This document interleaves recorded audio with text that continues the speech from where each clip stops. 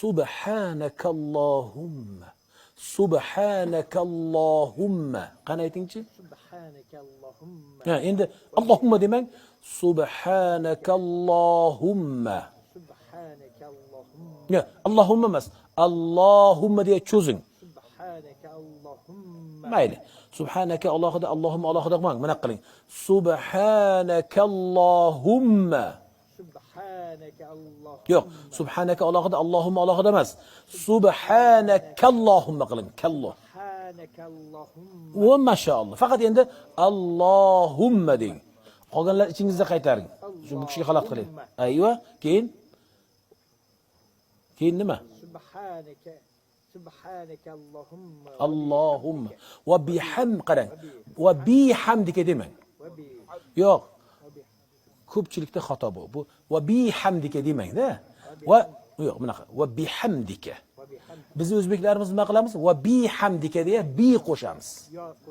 U bo'lmaydi. Mana u yozilganda bi hamdika yoziladi. Bi ba kasra bo'ldi, boshqa hech yo'q. Va bi hamdika bo'lmaydi u. Tushunarlimi? Yo'q. Bi unda ma'no buzilib ketadi unda. Bi ya'ni men bilan, seni hamding men bilan ya'ni bo'ladi. Men ham men hamd aytuvchiman bo'lib qoladi. Tushunyapsizmi? Juda yomon bu gap.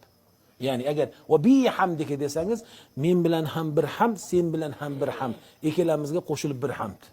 Biz kimmiz? Bizga hamd aytiladi. Nima deymiz? Va bihamdika. Va bihamdika.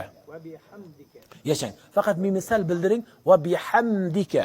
Va bihamdika. Yaxshi, keyin Va tabarakasmuka. Yani qarang. Va tabarakasmuka. Va tabarakasmuka. Qarang. Va tabarakasmuka. Va tabarakasmuka. Tabarakasmuka. Oh, mashaalloh. Endi arab bo'lib boshladingiz. Va ta'ala jadd. Yo'q, bu bunday qilyapsiz, majburlamang. Va ta'ala jadduka demang. Bunday qiling. Qarang. Va ta'ala jadduka. Qarang. Qalbdan ayting. Va ta'ala jadduka. Va ta'ala jadd. Bugunlik kunda qiyin bo'ladi, ammo ertaga men sizga buni ma'nosini aytaman-ku. Ma'nosida erisiz. Bu so'zlarni siz Robbingizga aytayapsiz-ku. Bundan katta baxt yo'q. Mana hozir meni badanim, butun vujudim titradi. Buni ma'nosi bilan aytasiz-ku. Gap buni tajvidida emas. Tajvidida emas vallahi. Faqat tajvidini yaxshi qilaylikki, ma'no go'zal chiqsin deymiz. Lekin tajvidini albatta birinchi o'rinda tuzating. Lekin buni tajvididan keyin uni ma'nosi. Va tabarakasmuka. Allohu akbar.